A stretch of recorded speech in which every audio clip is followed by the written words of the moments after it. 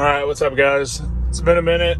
A lot of changes, a lot of different crazy things keep me busy, but we finally got the Bronco in. And I waited a few days to do a review on this just because I wanted to really get an understanding of the vehicle and kind of drive it a little bit, you know, beat on it a little bit, take it a little bit off-road, just kind of get a better understanding of it. And I don't know if you can see, got 510 miles on her. I had, obviously I got it brand new. It had like 12 miles on it. So I've put a ton of miles on it in about a week. I've been working out of it, as you can tell. I'm sure you can hear, it's super windy today, but we had to take delivery with the soft top. So you can kind of hear the wind noise, and that's kind of one of the things I'm going to go over in this video. But overall impression of the Bronco, it is awesome. I traded in my Raptor for it. I don't regret it at all. It's better in every single way that my Raptor was, except for it doesn't have a bed. So, you know, which obviously isn't the Bronco's fault. So, this is my first time not having a truck as my daily driver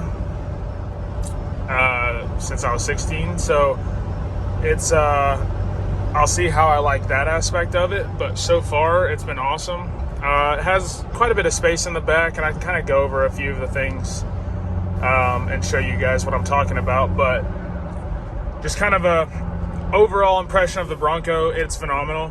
The build quality is awesome, especially, you know, the Raptor, it was built great. Like, there's no problems with it. Obviously, it was a 2017, but just the increase and stuff like that, like all this, nothing squeaks. I mean, I was worried, you know, especially with the Bronco, the production issues, nothing squeaks or makes weird noises. All the buttons are like heavy duty stuff. The screen and its software is freaking awesome. It has really cool, you know, like you can see your turbo boost and all that stuff there. It has really cool features on everything. The steering wheel is awesome. The steering feel is amazing for having 35s. It's a WILDTRAK Bronco. It's a 2022 WILDTRAK Bronco. I believe it's called like Avalanche Gray or something. What's it called? Cactus Gray. Cactus Gray is the color. It's on black 18s.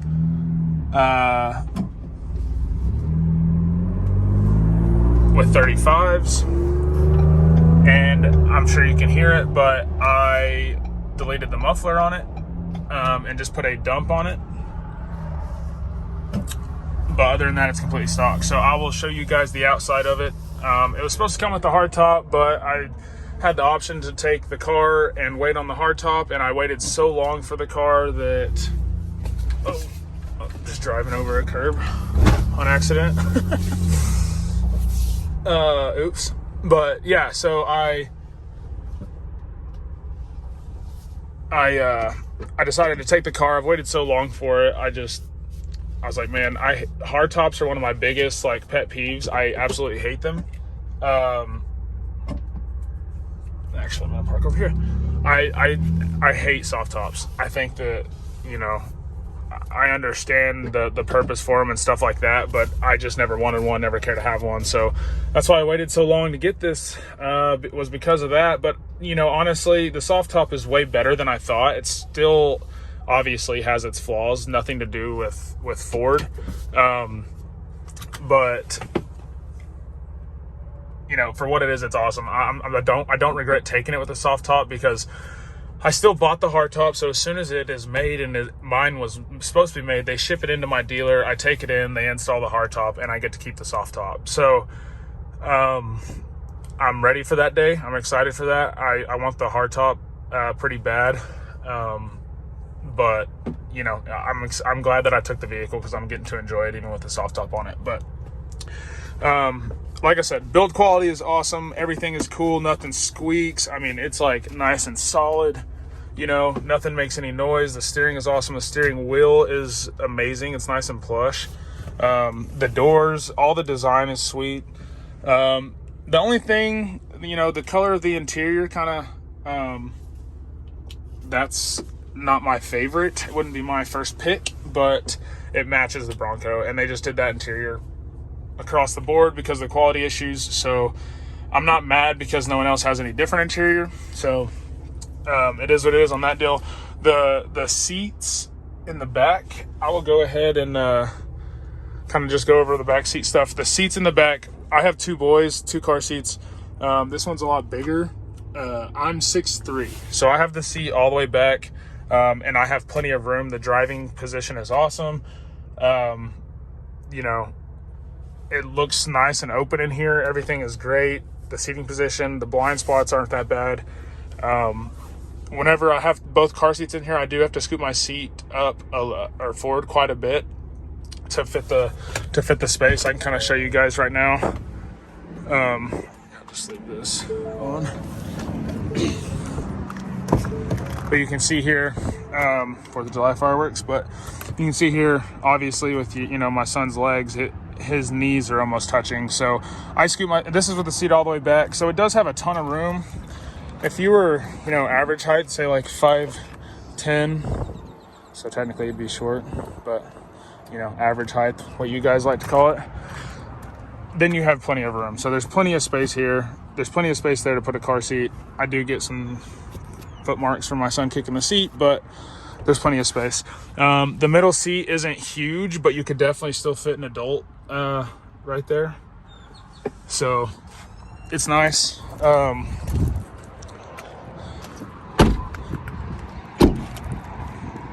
Like I said, it's a WILDTRAK with the Sasquatch package. Has everything on it except for the accessories. It was supposed to come with steps, a different bumper, and the hardtop and tow package, and it was also supposed to be PPF'd, but all of that stuff just was causing delays, and so they told me if I take all of it off, I'd get it sooner, so I went ahead and did it.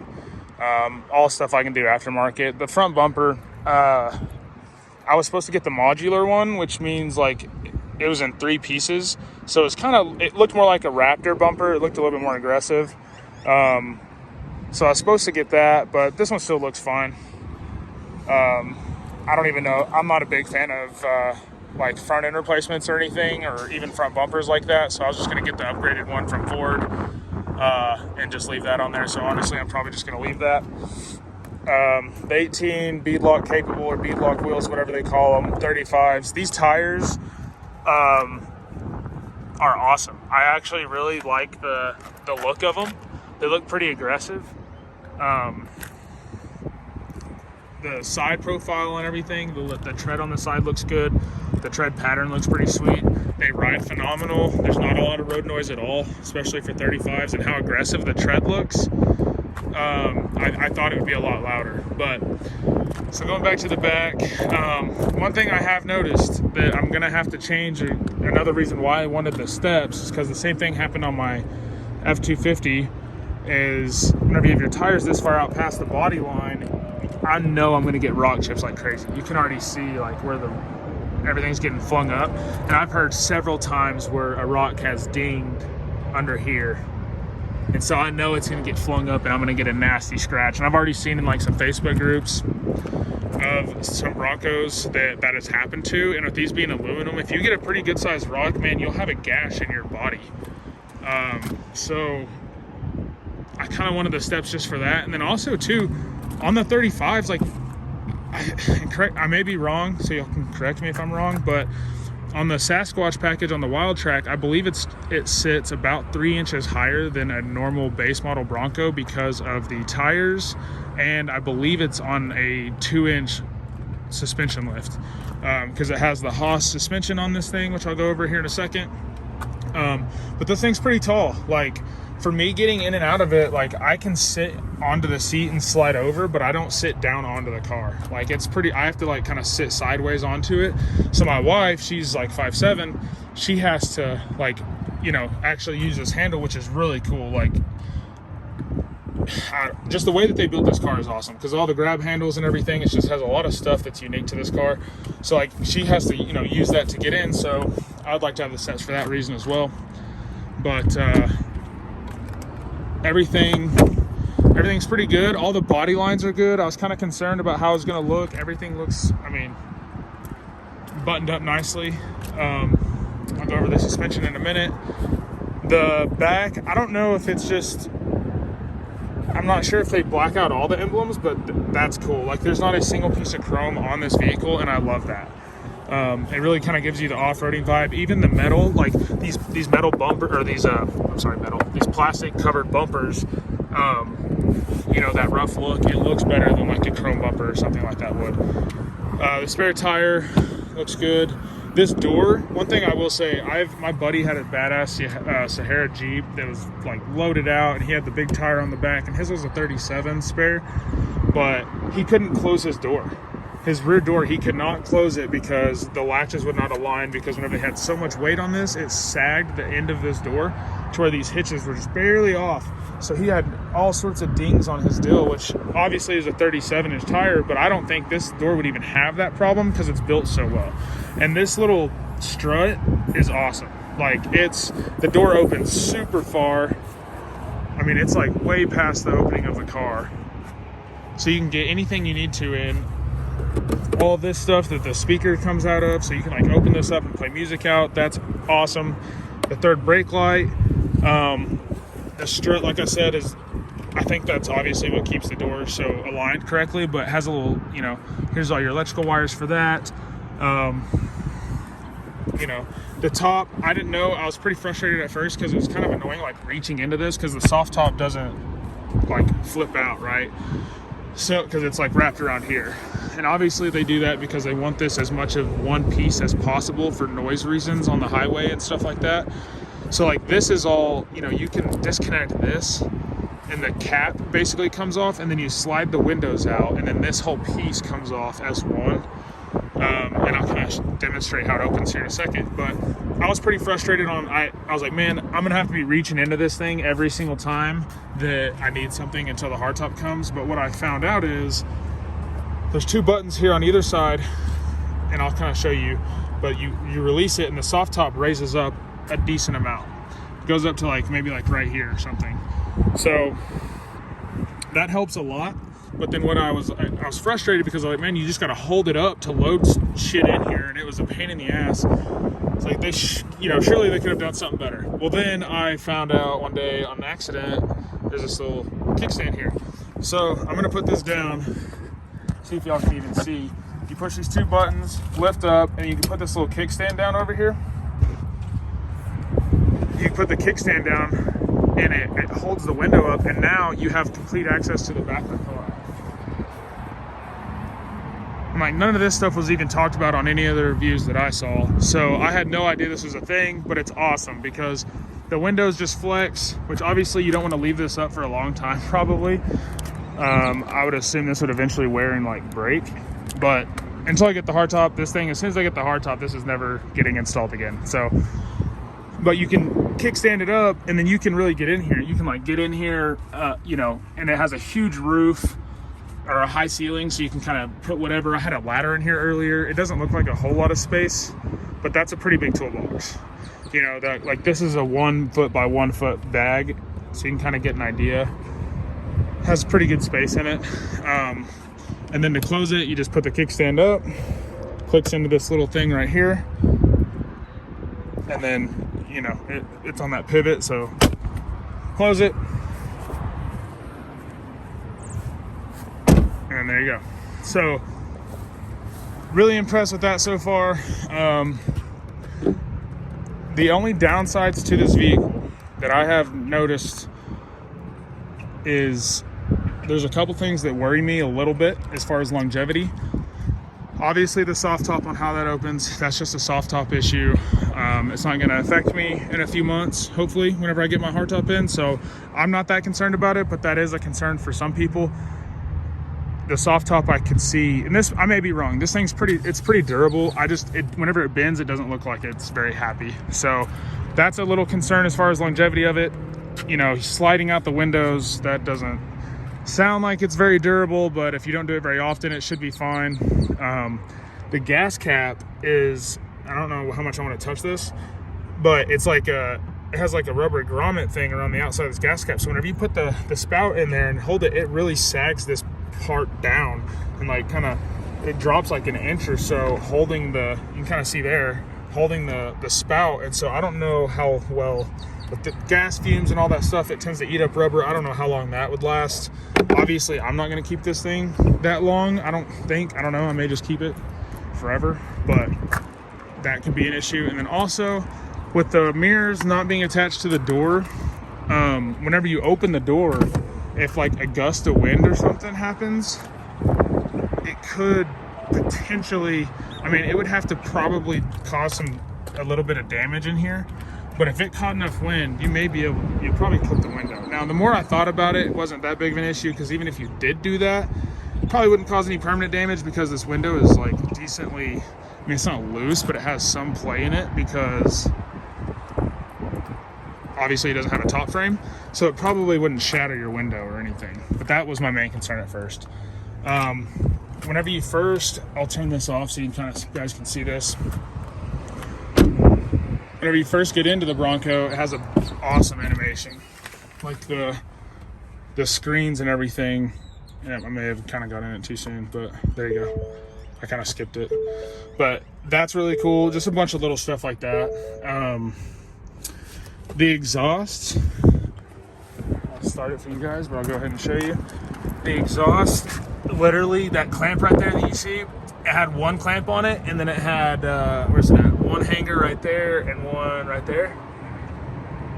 And so that was super easy. I just deleted the stock muffler, and it's basically straight piped all the way through. It doesn't have a resonator or anything in the middle. So I just put a little dump on it. This isn't, I mean, I don't know if it's gonna be permanent or not. It sounds honestly pretty good, for as good as a V6 can sound straight piped, I guess. But it sounds better than what I thought it would with it being twin turbo. So that's pretty cool. The Bilstein shocks on this thing, I'm gonna go over that. The suspension, I mean, this thing is a freaking unit. And the Raptor, you know, obviously is no slouch off-road, but man, this thing rides unbelievably well compared to my Raptor did. Like I said, that was a 17, had 76,000 miles on it, the Raptor, so maybe it's a little worn out, probably wasn't as tight as it should have been, but this thing outperforms it all the way around. The 2.7 in this thing was a slight concern for me, but it's so torquey, it feels right for the car. Any faster is just kind of unnecessary on this vehicle. Off-road, I think it'll go plenty fast. I don't think there's any reason why you need to go faster. And then obviously like on the highway, like pulling onto the highway, it's not slow. I mean, it's not very fast, but it's not like a complete slug. It's as fast as it needs to be, I think. Now, if you got 37s and stuff, I'm gonna do this pretty quick. It's kind of a long video. But I got a JB4 for this, and obviously I just taped everything up because I uninstalled it, but I installed it and I had engine codes. It wouldn't run right, had no idea what was going on. It's very self-explanatory on the install. There's only like 2 clips that you just piggyback onto 2 others, so it's pretty hard to mess the install up. But I was confused. I called Lethal and Burger Tuning, and they're basically saying that I got one out of, you know, so many units that has a wiring fault in the module, they think. So I'm gonna get that. The reason I haven't taken it off is because I have to email them the install video of me doing it, or pictures to show that it was installed correctly before they send me another one. But that'll be another video. So that thing, hopefully, man, I've seen a lot of cool stuff on it. Burger Tuning says that you should gain, like, on the E30 max effort tune on this thing, it should be like 100 horsepower and 120 foot-pounds of torque gain, which is awesome. So that's what I'm saying. I think the 2.7 fits this thing perfectly, because you can throw a tune on it and it'll be too fast as far as what it's made to do, right? So I think that it's a phenomenal vehicle. I'm liking it way more than I thought I was going to. It's kind of hard to see the suspension. I'll try to get you guys, I don't know if you can see that too well, but it's awesome.